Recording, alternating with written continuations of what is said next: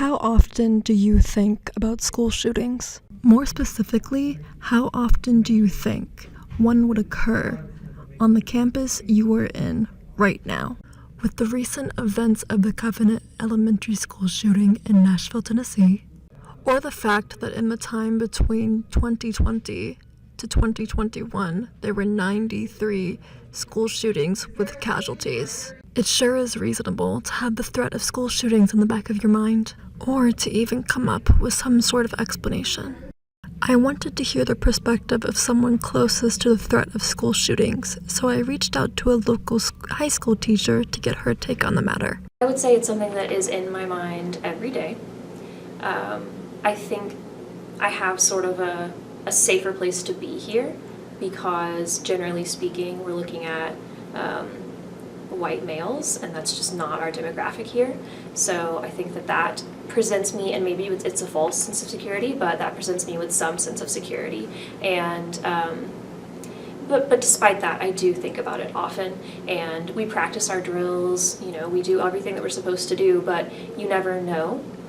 So that kind of is always in the back of my mind. Well, what if the drill didn't work? In an act to find some sort of explanation for these acts of violence, some have turned to the myth that school shootings are primarily caused by bullying. But that logic simply does not add up. Author Peter Lingman of the book Why Kids Kill debunks this notion, highlighting the shooters from the Jonesboro and Columbine high school shootings, diving into the antisocial, apathetic, and psychopathic behaviors that these shooters have in common.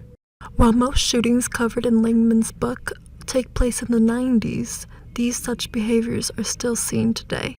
As soon as TJ Lane walked in, he was executing his plan, taking off his button-down shirt to reveal this, a white t-shirt with the word killer scribbled on it, showing it off with a smug smile on his face. I hate everyone and everything. With the power of my AR, you will all know who I am.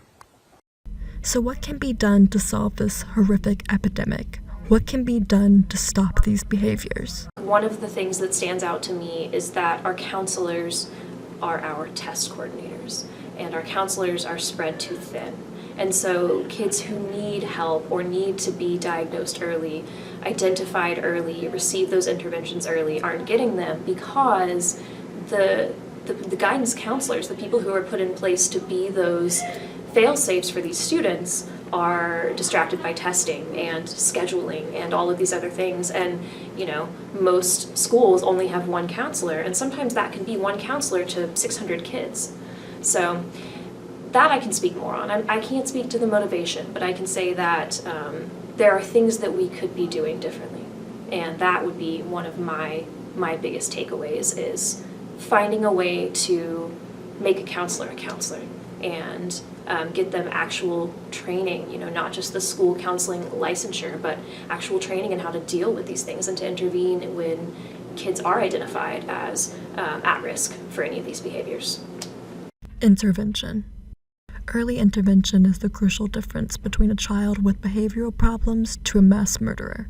Stop wasting your time on anti-bullying campaigns as a means to solve school shootings, and focus on what really matters: the psychological imbalance and violent behaviors of the youth, and most importantly, properly treating them before it's too late.